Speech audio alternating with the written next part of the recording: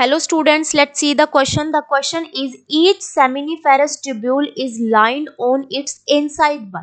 ठीक है कि seminiferous tubules के inside कौन कौन से cells present रहती हैं. Options are male germ cells that are the sperm, interstitial cells, leading cells और the Sertoli cells. ठीक है और देखते हैं बेटा.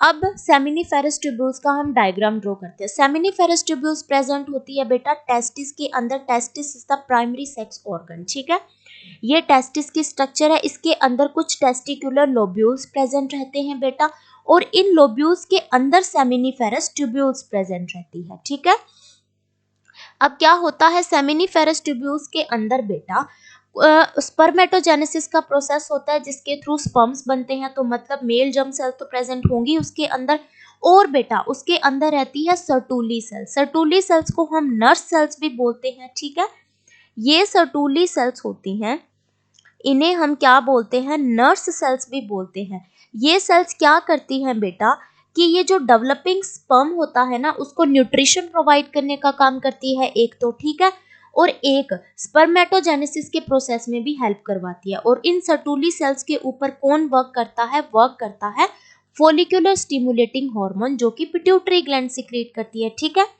अब इन सेमिनिफेरस ट्यूब्यूल्स के बीच में कुछ सेल्स स्पेस प्रेजेंट रहता है. उस स्पेस को हम बोलते हैं इंटरस्टिशियल स्पेस और इस इंटरस्टिशियल स्पेस के बीच में कुछ सेल्स रहती हैं जिन्हें हम बोलते हैं इंटरस्टिशियल सेल्स और द लीडिंग सेल्स.